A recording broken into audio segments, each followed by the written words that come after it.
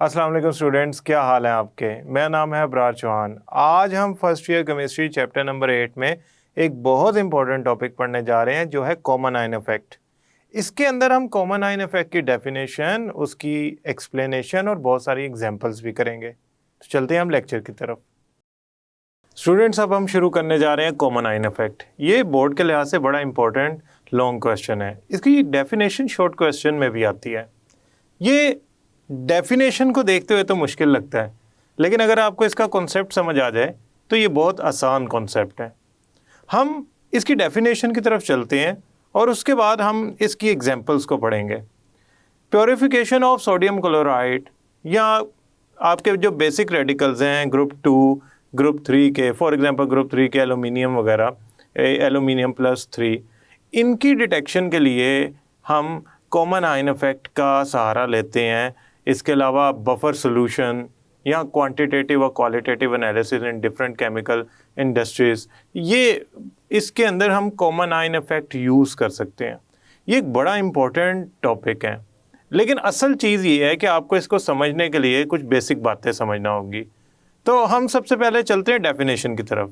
उसमें मौजूद कुछ चीज़ों को स्टडी करते हैं और कुछ बेसिक बातों को समझते हैं, और सबसे पहली एग्जांपल यानी कि प्योरिफिकेशन ऑफ सोडियम क्लोराइड को समझने की कोशिश करते हैं। स्टूडेंट, हमारा जो टॉपिक है वो है common ion effect. Common ion effect में लिखा हुआ है द सप्रेशन ऑफ आयोनाइजेशन। अब सप्रेशन का मतलब क्या होता है? सप्रेशन का मतलब होता है दबा के कम करना, यानी कि सप्रेस कर देना। फॉर एग्जांपल, अगर मैं एक इलेक्ट्रोलाइट के पानी में हल हुआ है, इलेक्ट्रोलाइट से मुराद मेरी यहाँ पे ऐसी स्पीशीज है जो आयंस में कन्वर्ट हो जाती है और उसमें से करंट पास कर सकता है उसके सोल्यूशन के अंदर से। वो पानी में डिज़ोल्व होके आयंस में कन्वर्ट हुई हुई है। कुछ ऐसा हुआ कि वो आयंस में जो आयोनाइज्ड फॉर्म में थी उसकी बजाय क्रिस्टल्स में, प्रेसिपिटेट में कन्वर्ट हो गई। मीन्स उसकी आयोनाइजेशन जो हुई थी उसको हमने दबा के कम करके वापस उसकी क्रिस्टल, सॉलिड या प्रेसिपिटेट की फॉर्म में भेज दिया। I know it's look very confusing, लेकिन हम इसको जब डिटेल में पढ़ेंगे ना तो हमें बड़ा अच्छा समझ आएगा। ये सप्रेशन यानी कि कम कर देना। इसको आसान लफ्ज़ों में मैं अगर लिखूं उर्दू के से, इसका आसान तरीन मतलब जो इससे रिलेट करता है लिखूं, कम कर देना, कम कर देना दबाव के ज़रिए। किसको? आयोनाइजेशन को। किसकी? वीक इलेक्ट्रोलाइट की। Now what is weak electrolyte? Weak electrolyte एक ऐसी स्पीशीज़ होती है जो कि कम आयंस प्रोड्यूस करती है, और उस कम आयंस की वजह से, उसमें आयंस की कमी की वजह से जो करंट होता है उसकी कंडक्शन भी कम होती है। फॉर एग्जांपल, हमारे पास वीक इलेक्ट्रोलाइट की जो एग्जांपल है वो बड़ी ही ज़्यादा यूज़ होने वाली है। वीक इलेक्ट्रोलाइट की जो एग्जांपल हम पढ़ने जा रहे हैं वो है एसिटिक एसिड। ये बहुत कम पानी में आयोनाइज होता है, लिहाजा इसे हम वीक इलेक्ट्रोलाइट कहते हैं। जो आयोनाइज ही नहीं होता, शुगर, ये कहलाते हैं ऐसे इलेक्ट्रोलाइट जो वाटर में जाके आयंस नहीं प्रोड्यूस करते, इनको कहते हैं नॉन इलेक्ट्रोलाइट। लिहाजा अभी हम उसकी बात करें जो हो जाता है, आयंस प्रोड्यूस कर देता है लेकिन कम। हम किसी weak electrolyte, for example acetic acid की या किसी और की KClO3, इसकी यानी कि किसी वीक इलेक्ट्रोलाइट की आयोनाइजेशन को कम कर देते हैं, उसको बाहर निकाल देते हैं। कैसे? By adding a common ion. Common ion को ऐड करके, कॉमन आयन को ऐड करके। फॉर एग्जांपल, अगर मैं CH3COOH की बात करूं तो CH3COOH में दो आयन्स हैं। कौन कौन से दो आयन्स हैं जरा देखते हैं। इसके अंदर एक आयन है CH3COO- और दूसरा आयन है हाइड्रोजन आयन। अब आपने गौर से एक बात समझनी है, ये दो आयन्स हैं। अगर मैं बाहर से कोई ऐसी सब्सटेंस ऐड करता हूं जिनमें इनमें से कोई मौजूद आयन प्रेजेंट होता है, तो क्या होगा कि उस सब्सटेंस की जो कि इससे ज़्यादा हल होती है वो वीक इलेक्ट्रोलाइट नहीं होगी, उस सब्सटेंस की एडिशन की वजह से इसकी आयोनाइजेशन कम हो जाएगी। अब इसका मतलब ये हो गया कि हम जब कॉमन आयन इफेक्ट पढ़ रहे होंगे तो हम एक्सटर्नली एक ऐसी सब्सटेंस ऐड करेंगे जिसके पास कॉमन आयन होगा, किसका? पहले से मौजूद वीक इलेक्ट्रोलाइट का जो सॉल्यूशन में है, उस कॉमन आयन वाली सब्सटेंस ऐड करने से, फॉर एग्जांपल ये अगर मैं KClO3 की बात करूं, KClO3 की बात करूं तो KClO3 में दो आयन्स होते हैं, K पॉजिटिव और ClO3 नेगेटिव। अगर मैं K पॉजिटिव रखने वाली नई सब्सटेंस ऐड करूं जो इससे स्ट्रॉन्ग इलेक्ट्रोलाइट है, यानी KClO3 से स्ट्रॉन्ग इलेक्ट्रोलाइट है, फॉर एग्जांपल KCl ऐड कर दूं, अब KCl भी आयोनाइज होकर K पॉजिटिव और Cl नेगेटिव बनाता है। हमारे सॉल्यूशन में पहले था ये वीक इलेक्ट्रोलाइट, इसने बनाए हुए थे ये दो आयंस, मैंने एक्सटर्नली एक सब्सटेंस ऐड की, आयनिक कंपाउंड ऐड किया KCl, उस सब्सटेंस या आयनिक कंपाउंड ने डिसॉल्व होकर पोटाशियम आयंस बनाना शुरू कर दिया। अब देखें, मैंने जो सब्सटेंस ऐड की है उसके पास कॉमन आयन है पहले से मौजूद वीक इलेक्ट्रोलाइट वाला, इसकी एडिशन की वजह से जो वीक इलेक्ट्रोलाइट है जो आयोनाइज हुआ था, पानी में हल हुआ था, वो क्या करेगा? वापस चला जाएगा, रिवर्स डायरेक्शन में चला जाएगा। वो आयोनाइजेशन फॉरवर्ड डायरेक्शन में होती है तो वो प्रेसिपिटेट्स में कन्वर्ट हो जाएगा। सो टेक्निकली मैं कर क्या रहा हूँ? मैं एक वीक इलेक्ट्रोलाइट को बाय द एडिशन ऑफ एक स्ट्रॉन्ग इलेक्ट्रोलाइट सप्रेस कर रहा हूँ। कब ये पॉसिबल कब होगा? जब उन दोनों में कोई एक कॉमन आयन होगा, जब उन दोनों में क्या होगा? कोई एक कॉमन आयन होगा। अब इस पूरी डिस्कशन को अगर मैं देखूँ ना, तो मैं पहले सादे अल्फाज में कॉमन आयन है क्या? कॉमन आयन इफेक्ट एक ऐसा इफेक्ट है जिसमें हम वीक इलेक्ट्रोलाइट को सॉल्यूशन में जो वो आयोनाइज हुआ है उसकी आयोनाइजेशन को कम करके उसे प्रेसिपिटेट या उसकी डिसोसिएशन को कम कर देते हैं, बाहर निकाल देते हैं, उसका रिएक्शन फॉरवर्ड की बजाय रिवर्स में ले जाते हैं by the addition of a strong electrolyte जिसमें उस जैसा कॉमन आयन होता है जो पहले से मौजूद वीक इलेक्ट्रोलाइट हमने हल किया हुआ है। अब इस बात को समझने के लिए ना हमें थोड़े से कॉन्सेप्ट समझने पड़ेंगे, वो कौन से हैं वो जरा देखते हैं। स्टूडेंट्स देखें, ये है सोडियम क्लोराइड सॉलिड, आप इसे पानी में हल करें तो ये क्या करेगा? वाटर में डिसॉल्व होके सोडियम आयन क्लोराइड आयन बना लेगा। मैं कहता हूँ ये दो आयन्स पानी में बनने की सूरत में क्या होगा? इसकी आयोनाइजेशन होगी। सो ये जो फॉरवर्ड रिएक्शन है ना, दिस इज एक्चुअली आयोनाइजेशन। अच्छा, अगर किसी वजह से ये आयन्स आपस में जुड़ के रिवर्स डायरेक्शन में चले जाएं तो मैं इस प्रोसेस को कहूँगा क्रिस्टलाइजेशन, या समटाइम एज पर बुक प्रेसिपिटेशन, यानी कि दोबारा हमारा जो सब्सटेंस है वो सॉलिड फॉर्म में आ जाए। अब मैं आपको इसकी एक एग्जांपल देता हूँ। ये पानी का एक गिलास है, इसमें नमक का एक क्यूब डाला, चम्मच से उसकी मिक्सिंग की, वो क्यूब गायब हो गया।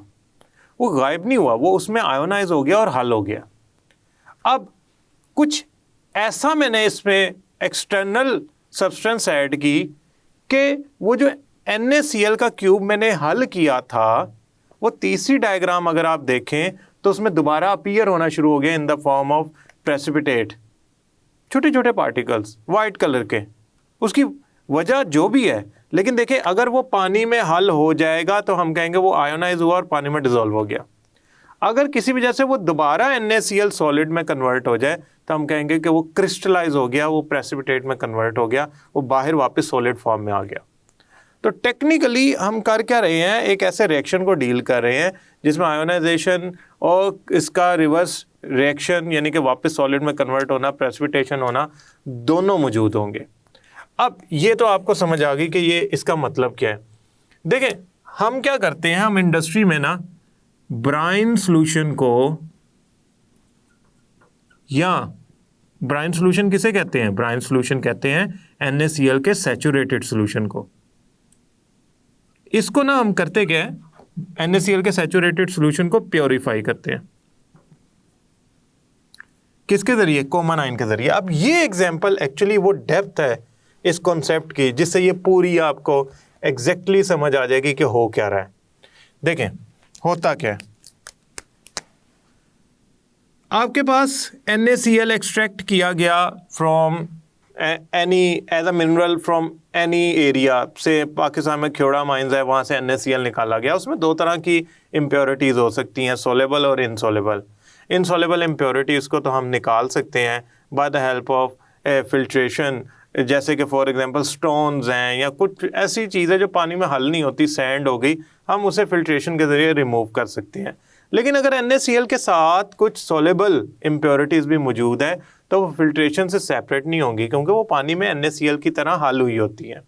तो NaCl को आपने स्पेशली अलहदा करना है और इम्प्योरिटीज़ पानी में मौजूद रहे तो आपको NaCl को प्रेसिपिटेट या क्रिस्टलाइज करवाना पड़ेगा, यानी कि Na और Cl आयंस जो पानी में हल हुए हैं उनको रिवर्स मूव करवाना पड़ेगा, उनको NaCl सॉलिड में कन्वर्ट करना पड़ेगा। इसके लिए आपको जो प्रोसेस इस्तेमाल करना पड़ेगा, जो फिनोमिना आइडिया इस्तेमाल करना पड़ेगा, वो कॉमन आयन इफेक्ट है। उसको कैसे इस्तेमाल करेंगे देखें। जब मैं NaCl वाटर में डिज़ोल्व करता हूँ तो NaCl सॉलिड फॉर्म में होता है और वो डिज़ोल्व होके बनाता है Na पॉजिटिव एक्वस और Cl नेगेटिव एक्वस। अब डेफिनेटली एक रिवर्सिबल प्रोसेस है, so it will achieve an equilibrium. और अगर मैं इसकी Kc वैल्यू लिखूं तो लिखूंगा Kc is equal to products, यानी कि sodium ion, chloride ion. For example यहाँ 2 बनते तो यहाँ मैं 2Na लिखता, डिवाइडेड बाय NaCl सॉलिड, यानी कि एक ख़ास इक्विलिब्रियम अचीव हो जाएगा। उस इक्विलिब्रियम के बाद अगर आप ज़्यादा नमक हल करने की कोशिश करें तो वो नहीं होगा, क्योंकि अब उसने आपके सिस्टम ने इक्विलिब्रियम अचीव कर लिया है। अब वो आपका जो सिस्टम है वो इक्विलिब्रियम में आ गया है। अगर आप कोई फैक्टर उसमें चेंज करते हैं तो उससे इक्विलिब्रियम डेफिनेटली डिस्टर्ब हो जाएगा। Somehow this is an equilibrium process. अब इसकी एक Kc की खास वैल्यू है, कांस्टेंट वैल्यू है। अगर आप फॉर एग्जांपल ऐड करते हैं क्लोराइड आयन तो Kc की वैल्यू कांस्टेंट जो थी उससे बढ़ जाएगी। Kc की वैल्यू जो भी थी, से मैं अज्यूम कर लेता हूँ 100 थी, जैसे ही मैंने क्लोराइड आयन ऐड किए तो Kc की वैल्यू इंक्रीज कर गई, 100 से 110 होगी। अब Kc की वैल्यू कांस्टेंट रहनी चाहिए इन रिवर्सिबल इक्विलिब्रियम रिएक्शंस, जिनमें रिवर्सिबल रिएक्शन जिनमें इक्विलिब्रियम अचीव होता है, इनमें Kc की वैल्यू कांस्टेंट रहनी चाहिए। ये तब पॉसिबल होगा जब Kc 110 से वापस 100 पे आए। आपको याद होगा मैंने कहा था कि जब Kc की वैल्यू ज़्यादा, इक्विलिब्रियम वैल्यू Kc अगर 100 है और हमारे पास जो वैल्यू आई प्रोडक्ट और रिएक्टेंट की रेशियो जो आई वो Kc से ज़्यादा आ जाए तो रिएक्शन रिवर्स में आएगा, क्योंकि वो अपनी मंजिल यानी कि इक्विलिब्रियम से आगे निकल गया। तो अगर मैं गौर से देखूं तो NaCl Na पॉजिटिव और Cl नेगेटिव बनाते हैं। ये है फॉरवर्ड रिएक्शन, फॉरवर्ड डायरेक्शन में। तो मैंने जब क्लोराइड आयंस ऐड किए तो उसमें हुआ क्या कि मेरी Kc की वैल्यू जो थी उससे ज़्यादा वैल्यू होगी प्रोडक्ट और रिएक्टेंट की रेशो की। तो मैं क्या करूँगा, ये सोचूंगा कि ये तो मेरी मंजिल से आगे निकल गई है बात, तो वो रिएक्शन रिवर्स में आएगा। रिवर्स में क्या हो रही है, ये वापस सॉलिड फॉर्म में कन्वर्ट हो रहा है, प्रेसिपिटेट्स की फॉर्म में नज़र आना शुरू हो जाएगा, रिक्रिस्टलाइज हो जाएगा। तो इन दैट केस मैं कहूँगा कि मेरा रिएक्शन फॉरवर्ड आएगा तो NaCl अपीयर होना शुरू हो जाएगा सोल्यूशन में से in the form of precipitate. ये कब पॉसिबल है, मीन्स मैंने क्लोराइड आयंस कैसे ऐड कर सकता हूँ। देखें NaCl और HCl का अगर आपस में कंपैरिजन किया जाए तो NaCl वीक इलेक्ट्रोलाइट है और उसके मुकाबले में HCl स्ट्रॉन्ग इलेक्ट्रोलाइट है। लिहाजा जब ये पानी में हल था तो कुछ नहीं हो रहा था, ये प्रॉपरली डिजोल्व हुआ था।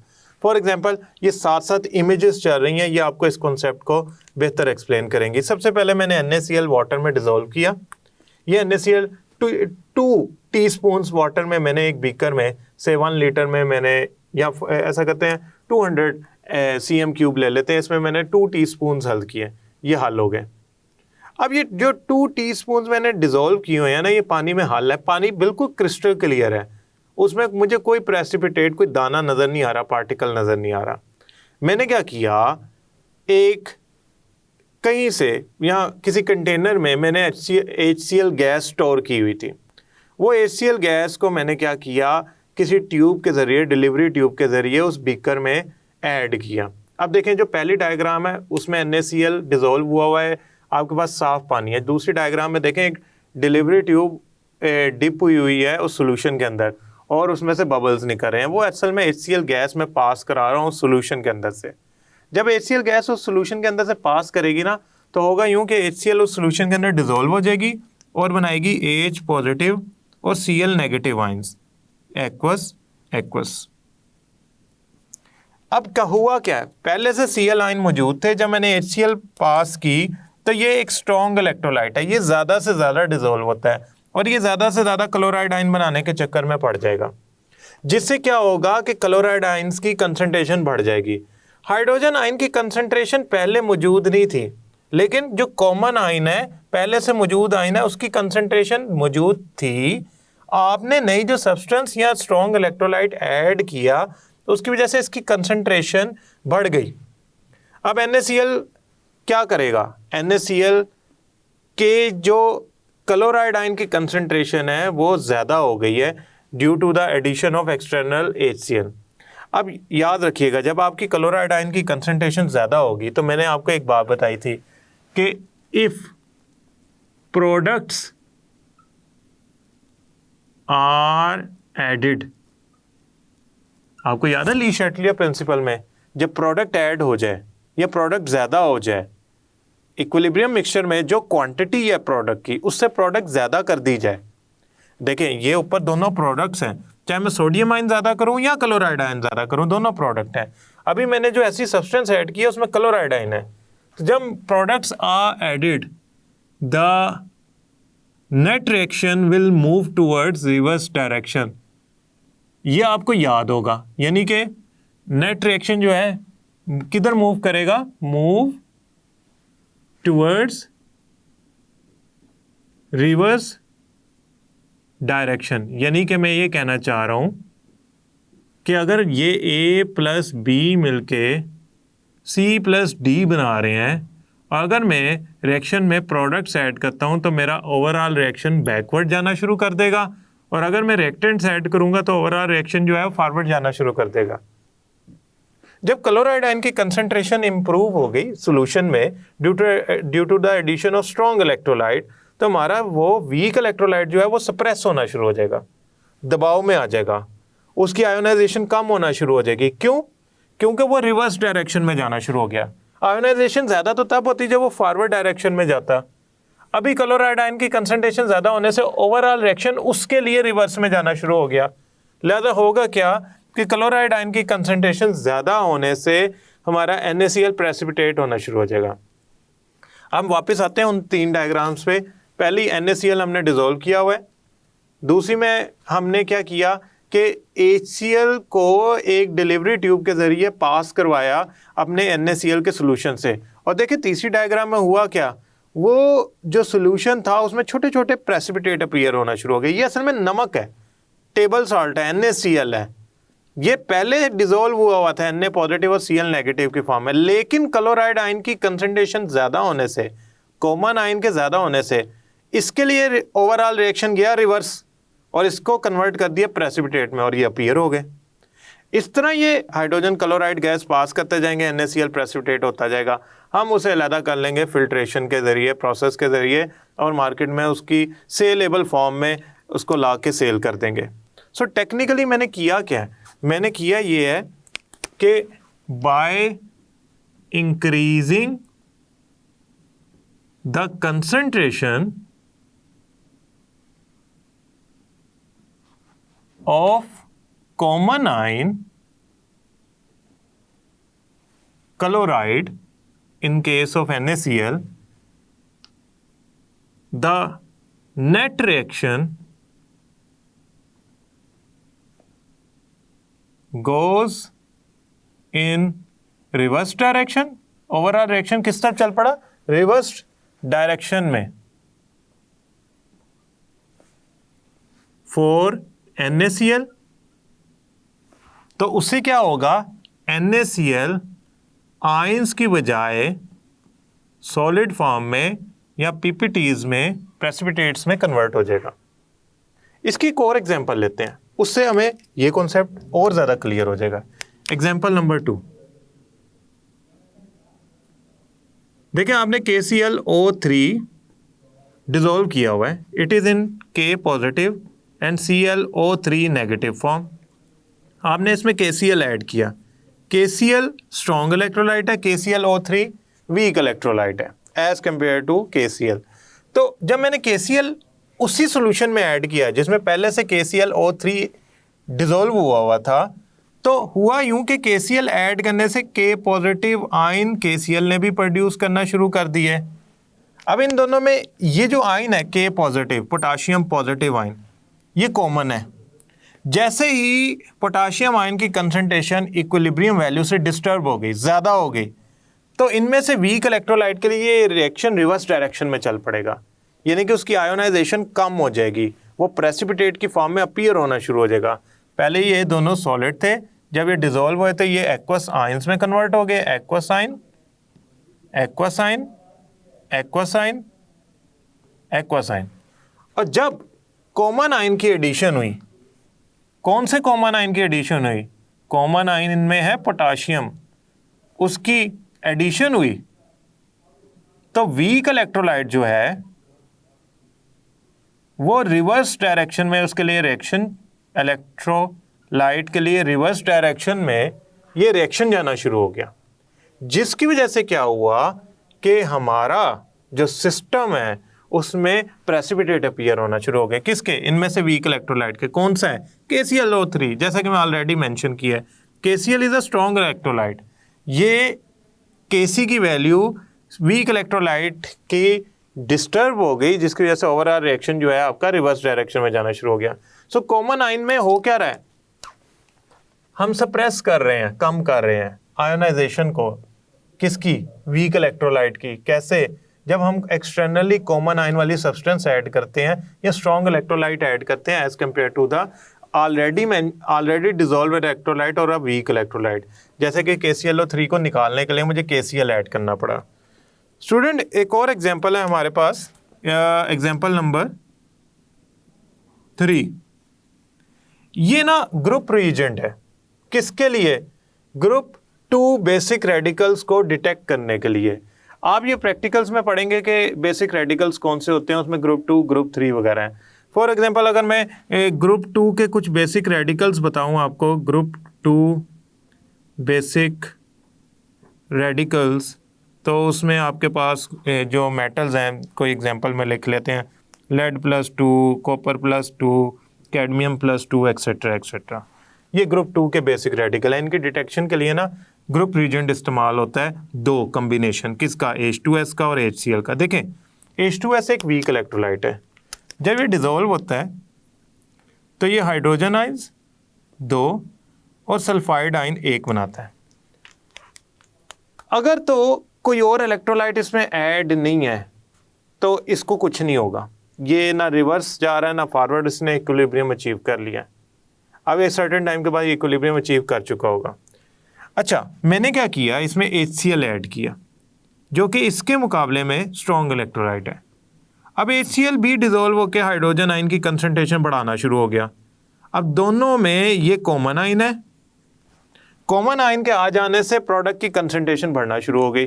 जब प्रोडक्ट की कंसंट्रेशन बढ़ेगी तो ली शैटलियर प्रिंसिपल के मुताबिक जो रिएक्शन है वो रिवर्स डायरेक्शन में जाएगा, ताकि Kc की वैल्यू को कांस्टेंट मेंटेन किया जा सके। हम इसको इस मेथड की बजाय Kc के ज़रिए समझते हैं। देखें, Kc फॉर एग्जांपल इस रिएक्शन के लिए H2S के लिए था H positive 2S-2 over H2S। ये Kc की वैल्यू थी। मैं इसको कर लेता हूँ, H पॉजिटिव को कर लेता हूँ से, ये था 2 का स्क्वायर, ये था 1 का स्क्वायर, और ये था 1 और ये भी था 1। अब ओवरऑल आंसर क्या आता था? 4। आपने ना हाइड्रोजन आयन की कंसंट्रेशन बढ़ाना शुरू कर दी। हाइड्रोजन आयन की कंसंट्रेशन कैसे बढ़ाई? स्ट्रॉन्ग इलेक्ट्रोलाइट ऐड करके। जो स्ट्रॉन्ग इलेक्ट्रोलाइट आपने ऐड किया तो हाइड्रोजन आयन की कंसंट्रेशन बढ़ गई। अब Kc की वैल्यू डिस्टर्ब हो गई, उसमें ये जो 2 स्क्वायर की कंसंट्रेशन है 2 स्क्वायर की नहीं रही, ये अब होगी आपकी 4 स्क्वायर की, यानी कि डबल होगी। तो अब इस वैल्यू को कांस्टेंट करने के लिए, यानी कि अगेन 4 आंसर लाने के लिए, जो रिएक्शन है वो रिवर्स डायरेक्शन में जाएगा, यानी कि इस कंसंट्रेशन को डिक्रीज करेगा और जो रिएक्टेंट्स की कंसंट्रेशन है उनको इंक्रीज करेगा, ताकि आपका आंसर अगेन 4 आए। असल में इसकी लेस कंसंट्रेशन जो होती है ना, वो डिटेक्शन ऑफ दीज आयंस में कारगर साबित होती है, इस्तेमाल होती है। डेट्स वाई हम इसमें इस कम्बिनेशन को इस्तेमाल करते हैं जिससे less concentration of sulphide ion जो होगी वो हमें ग्रुप 2 के बेसिक रेडिकल्स को डिटेक्ट करने में मदद देगी। एग्जाम्पल नंबर 4, हम इसके ज़रिए ग्रुप 3 के रेडिकल डिस्कस करते हैं और उनको डिटेक्ट करते हैं। उसमें ग्रुप 3 में आप देख लें aluminium +3, iron +3 and chromium +3। Student एक बात गौर से समझें, इसमें जो कम्बिनेशन हम इस्तेमाल करेंगे इसके अंदर वो होगा ammonium hydro oxide weak electrolyte. अच्छा, वीक इलेक्ट्रोलाइट कर क्या रहा है, ये जब डिजोल्व होता है ना it convert itself into ammonium ion and hydro oxide ion. ये हाइड्रो ऑक्साइड आयन की कंसंट्रेशन है हमने कम से कम रखनी है सोल्यूशन में for detection of these ions. Somehow मैं इसमें ऐड कर देता हूँ स्ट्रॉन्ग इलेक्ट्रोलाइट। कौन सा, मैं इसके मुकाबले में स्ट्रॉन्ग इलेक्ट्रोलाइट ऐड करता हूँ अमोनियम क्लोराइड, जिससे क्या होगा अमोनियम आयन की कंसंट्रेशन बढ़ जाएगी सोल्यूशन में। क्यों, पहले इसने मेंटेन की हुई थी, मैंने जो नई स्पीशीज डाली उसने और अमोनियम आयन की कंसंट्रेशन बढ़ा दी, लिहाजा इसका जो केसी होगा वो डिस्टर्ब हो जाएगा। वो तो कांस्टेंट में वैल्यू रहनी चाहिए, उसको कांस्टेंट करने के लिए अमोनियम आयन की कंसंट्रेशन को डिक्रीज करने के लिए ये रिएक्शन क्या करेगा, वीक इलेक्ट्रोलाइट वाला ये रिवर्स डायरेक्शन में जाना शुरू कर देगा, जिससे इसकी आयंस की कंसंट्रेशन कम हो जाएगी अमोनियम हाइड्रोक्साइड के फॉर्म में, रिवर्स डायरेक्शन में ये जाना शुरू कर देगा, रिएक्टेंट्स फॉर्म करना शुरू कर देगा। इस तरह हम इसकी कंसंट्रेशन को सप्रेस कर देंगे, कम कर देंगे, या आसान लफ्ज़ों में इसकी आयोनाइजेशन को सप्रेस कर देंगे by the addition of common ion by using a strong electrolyte with the help of common ion effect. अब आपको ये अंदाज़ा हो गया होगा जो मैं आपको समझा रहा हूँ कि कॉमन आयन इफेक्ट एक्चुअली हो क्या रहा है कि एक वीक इलेक्ट्रोलाइट जब आयोनाइज होता है तो उसके आयोनाइजेशन को कम करते हैं, यानी कि उसको रिवर्स डायरेक्शन में भेज देते हैं by the help of addition of any strong electrolyte जिसके पास कॉमन आयन हो, जिसके पास कॉमन आयन हो, जिसके पास क्या हो, कॉमन आयन हो of the already dissolved weak electrolyte. इस प्रोसेस को, इस फिनोमिना को हम कॉमन आयन कहते हैं और इसके ज़रिए हम बहुत सारे ऐसी चीज़ों को एनालाइज करते हैं जो हमारे बॉडी के अंदर भी मौजूद है। For example buffer solution, buffer solution जो है वो कॉमन आयन इफेक्ट की एप्लीकेशन है। आप कॉमन आयन इफेक्ट के ज़रिए बफर सॉल्यूशन को डिस्कस करते हैं और उसमें हम देखते हैं कि वो कैसे वर्क करता है कॉमन आयन को यूज़ करते हुए। इसके अलावा हमारी एनालिटिकल स्किल्स जो हैं जिसमें हम क्वालिटेटिव और क्वांटिटेटिव एनालिसिस करते हैं, हम उसमें भी कॉमन आयन इफेक्ट यूज़ कर सकते हैं। और इसके अलावा जैसा कि हम पढ़ चुके हैं प्योरीफिकेशन के अंदर भी कॉमन आयन इफेक्ट यूज़ होता है। आई होप स्टूडेंट ये लेक्चर आपको समझ आया होगा। नेक्स्ट लेक्चर तक के लिए अल्लाह हाफिज़।